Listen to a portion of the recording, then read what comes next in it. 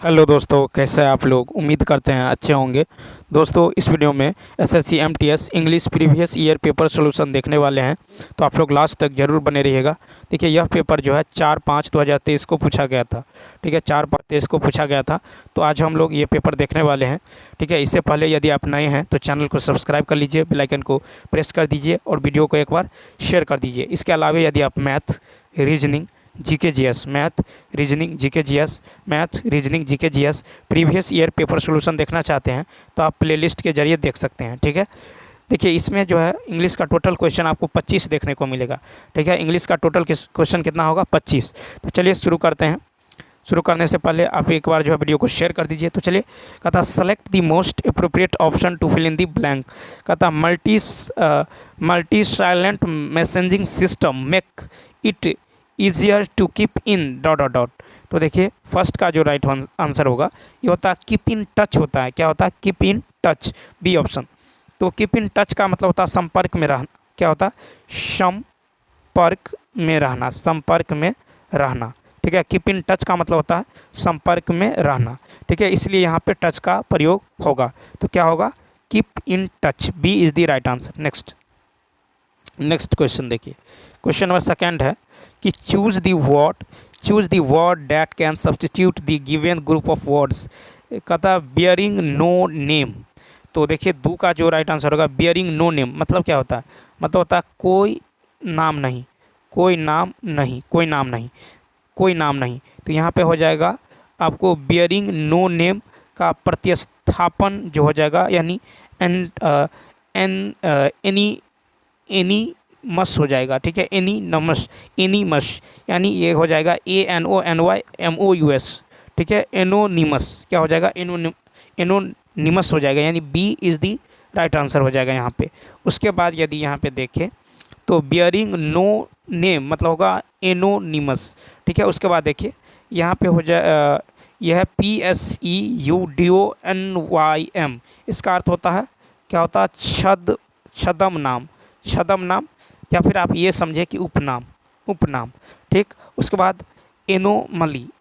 ठीक है, एनोमली मतलब होता है अनियमितता, अनियमितता। ठीक है, अनियमितता या फिर अव्यवस्था, असंगति, असंगति। नेक्स्ट, उसके बाद देखिए यहाँ पर है NAMESA की नेम सेक। तो इसका अर्थ क्या होता है? मतलब होता है एक ही नाम का ऐसा व्यक्ति जिसका वही नाम हो जो दूसरे का है। नेक्स्ट, तीसरा है, कहता improve the underlined part of the sentence, choose no improvement as an answer if the sentence is grammatically correct. देखिए, I rode up my bike to work those morning. तो यहाँ पे देखिए टू के बाद वर्ब का मूल रूप तथा दिस का प्रयोग मॉर्निंग के पहले होगा।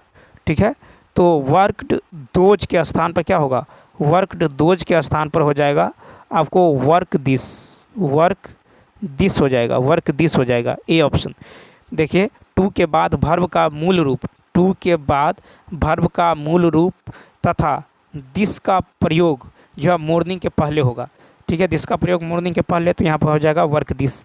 ठीक, नेक्स्ट, तो नेक्स्ट देखिए, कहता कि select the most appropriate synonym of the given word. देखिए, इक्वाइवोकल, इसका मतलब क्या होता है? इसका मतलब होता है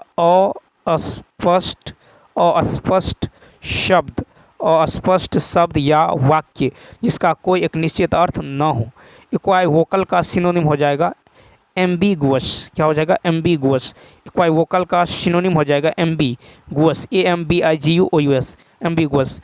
ठीक है, इक्वाइवोकल का एंटोनिम जो हो जाएगा आपको, एंटोनिम हो जाएगा डिफिनिट। इसका एंटोनिम हो जाएगा डिफिनिट। नेक्स्ट 5 देखिए, 5 है कि choose the sentence with no spelling error. Choose the sentence with no spelling error. तो 5 का हो जाएगा आपको, क्या हो जाएगा? Everything hurt in a. तो यहाँ पर नो स्पेलिंग एरर वाला वाक्य है everything hurt in a dull constant way. क्या हो जाएगा? Everything hurt in a dull constant way, A option. Next, छठा देखिए, कहता select the most appropriate option to substitute the break truncated segment in the given sentence. If there is no need to substitute it, select the no substitution required. यहाँ पर है कि this preoccupation with him was becoming an obsession that was beginning to affect her ability to take care of the house. तो देखिए effect एक noun है, यहाँ पे वर्ब के रूप में जो इफेक्ट का प्रयोग होगा, ठीक है। That was beginning to effect her ability के स्थान पर that was beginning to effect her ability से प्रतिस्थापना होगा। तो डैट वॉज क्या हो जाएगा, that was beginning to effect her ability, ठीक है। तो यहाँ पे B is the right answer. Next 7 कहता select the most appropriate option to fill in the blank. कहता join our networks to dot better जो है गवर्नेंस। तो 7 का क्या हो जाएगा, तो 7 का हो जाएगा प्रोमोट सी ऑप्शन। तो प्रोमोट मतलब होता है बढ़ावा देना, ठीक है। प्रोमोट मतलब बढ़ावा देना, प्रोत्साहित करना, ठीक है। तो वाक्य के अर्थ के अनुसार प्रोमोट का प्रयोग होगा to promote better governance. Next 8 देखिए, 8 है कि select the most appropriate word for the given group of words. Persons who are unfairly blamed for something that others have done. तो 8 में हो जाएगा क्या होगा, स्केप गोट मतलब होता है दूसरों की गलती के लिए दंडित व्यक्ति या बलि का बकरा, ठीक है। तो यहाँ पे हो जाएगा DIS, ठीक है। क्या हो जाएगा, तो यहाँ पे होगा SCAPGOAT, ठीक है। स्केप गोट मतलब बलि का बकरा, ठीक। डिस्डेन मतलब क्या होता है, इसका मतलब होता है घृणा, तिरस्कार, ठीक। और इपिटोम मतलब क्या होता है, इपिटोम मतलब होता है किसी बात का आदर्श उदाहरण। उसके बाद देखिए एक्सपेडिशन, इसका अर्थ होता है अभियान या खोजयान, ठीक। तो यहाँ पे राइट आंसर होगा यानी persons who are unfairly blamed और something that others have done, escape goat. Next 9 है, 9 क्वेश्चन है कि देखिए 9 नंबर क्वेश्चन जो है इसमें क्या कर रहा है, तो 9 जो है कर रहा है कि identify this segment that contains a grammatical error, if there is no error select no error.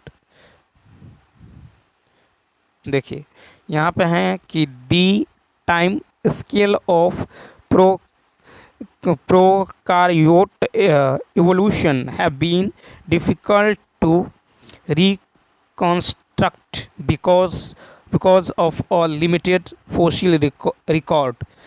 तो यहाँ पे हो जाएगा कि देखिए वाक्य का सब्जेक्ट सिंगुलर है, इसलिए विकल्प बी में देखिए have been difficult to reconstruct में हैव के स्थान पर है जाएगा, तो हैज यदि आएगा तो यहाँ पे क्या हो जाएगा, यानी यहाँ पे जो है हैव बीन के जगह आपको have been difficult to reconstruct यानी क्या हो जाएगा, has been. Next question number देखिए 10 कहता choose the word that is opposite in meaning to the given word. यहाँ पे DIS डिसरिगार्ड वर्ब है, इसका अर्थ होता है उपेक्षा करना या फिर किसी बात पर ध्यान न देना, ठीक है। उपेक्षा करना, किसी बात पर ध्यान न देना, ठीक है। तो यहाँ पे जो है इसका अपोजिट कर रहा है, तो देखिए डिसरिगार्ड का विपरीतार्थक शब्द या एंटोनिम हो जाएगा क्यूरियोसिटी, ठीक है। यानी ए ऑप्शन CURIOSITY क्यूरियो, ठीक है, क्यूरियोसिटी, ठीक है। उसके बाद देखिए डिसरिगार्ड नाउन है और इसका अर्थ होता है उपेक्षा करना, तो यहाँ पे हो जाएगा आपको ए ऑप्शन। नेक्स्ट 11 नंबर है a sentence has been given with a blank to be filled with an appropriate option, choose the correct alternative. I dot the cake before my जो है मदर अराइव्ड। तो यहाँ पे क्या हो जाएगा, तो यहाँ पे जो हो जाएगा 11 में, वाक्य में भूतकाल में दो कार्य घटित हुआ है। जो कार्य पहले घटित हुआ उसके लिए पास्ट परफेक्ट तथा बाद वाली घटना के लिए सिंपल पास्ट आता है। अतः हैड बेक्ड का प्रयोग होगा। क्या होगा? Had baked. तो I had baked the cake before my mothers arrived. Next question 12 है कि select the word segment that substitutes the bracket word segment correctly and completes the sentence meaningfully. Select the option no correction required of there if the sentence is correct as given. यहाँ पे है कि she ran 12 kilometers at a stretch which are a greater distance for a rukai. तो यहाँ पे देखिए 12 kilometre की दूरी एक इकाई के रूप में प्रयोग हुआ है। इसके बाद सिंगुलर वर्ब आता है, ठीक है। विच आर अ ग्रेटर के स्थान पर विच इज क्विट सम से प्रतिस्थापन होगा, ठीक है। विच इज क्विट सम हो जाएगा, which is quite some. Next 13 identify the segment that contains grammatical error if there is no error select no error. कहता the last time he repeated the same mistake I thought he would feel many sorry but I was wrong तो 13 में क्या हो जाएगा? Sorry जो है एक adjective है, ठीक है। तो विकल्प सी देखिए, feel many sorry but I was wrong में मेनी के स्थान पर भेरी का प्रयोग होगा, ठीक है, क्योंकि मेनी से संख्या का बोध होता है, ठीक है। तो मेनी के स्थान पर क्या हो जाएगा? भेरी हो जाएगा।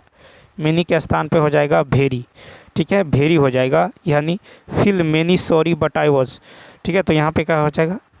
भेरी हो जाएगा। नेक्स्ट 14 देखिए, क्वेश्चन नंबर 14 की यदि बात करें तो 14 है select the correctly split word. तो select the correctly split word, यहाँ पे द करेक्टली स्प्लिट वर्ड हो जाएगा ये हो जाएगा EPI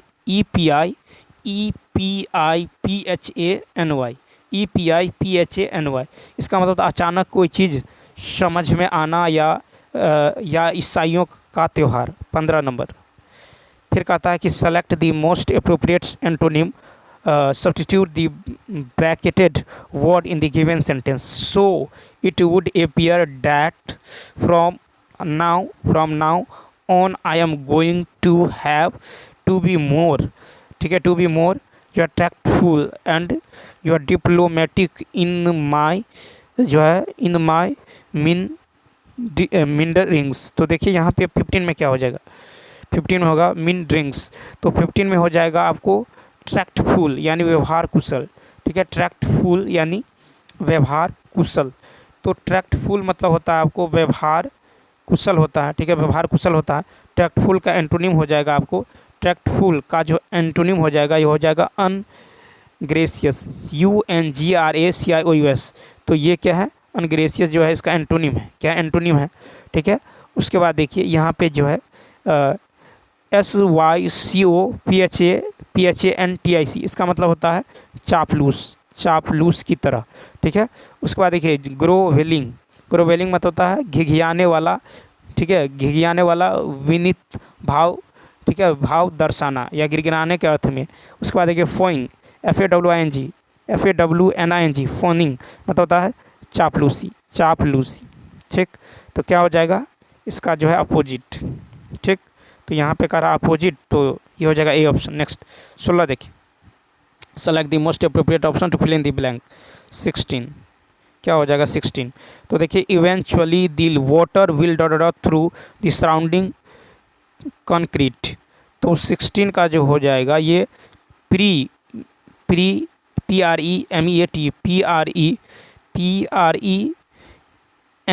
इसका मतलब होता है तरल पदार्थ जैसे जल आदि का जो है छिद्रित वस्तु से होकर जाना, ठीक है। तो यहाँ के अर्थ के अनुसार PERMEAT का प्रयोग होगा, ठीक है, PERMEAT का प्रयोग होगा, ए ऑप्शन। नेक्स्ट 17 में है कि in the following question out of the given 4 alternatives select the alternative which best expresses the meaning of the idiom or phrase।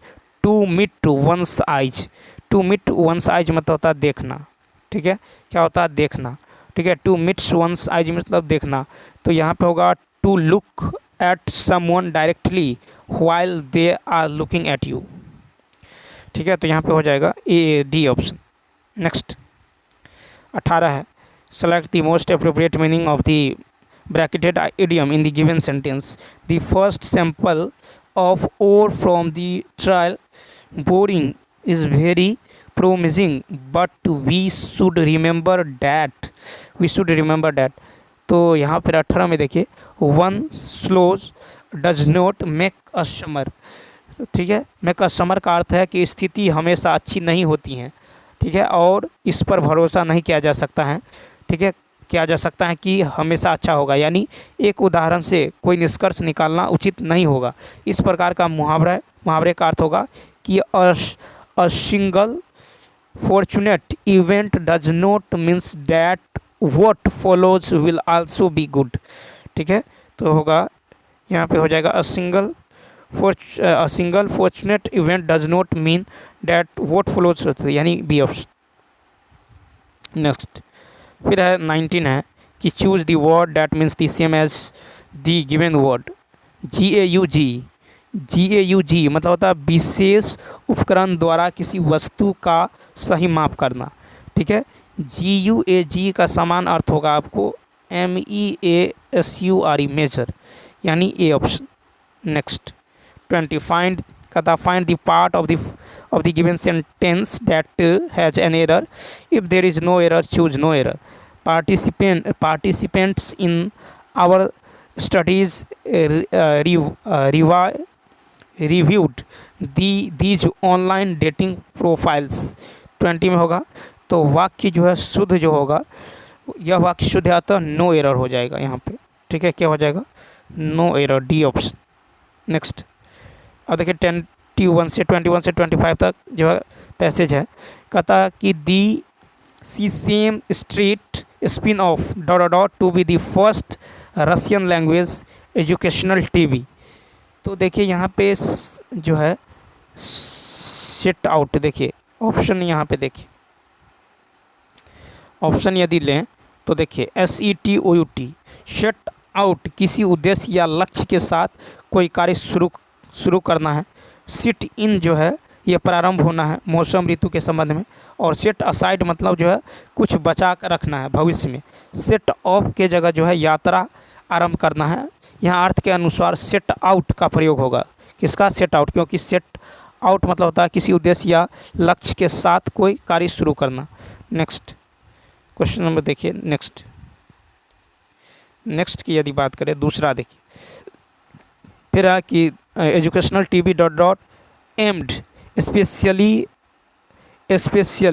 ठीक है, एम्ड स्पेशली प्री स्कूलर्स। तो यहाँ पे क्या हो जाएगा, तो यहाँ पे देखिए, यहाँ टीवी कार्यक्रम का अर्थ प्रोग्राम का प्रयोग होगा। ठीक है, यानी टीवी प्रोग्राम एम्ड स्पेशली। देखिए यहाँ पे जो हो जाएगा, ये हो जाएगा टीवी प्रोग्राम, क्या हो जाएगा, टीवी प्रोग्राम।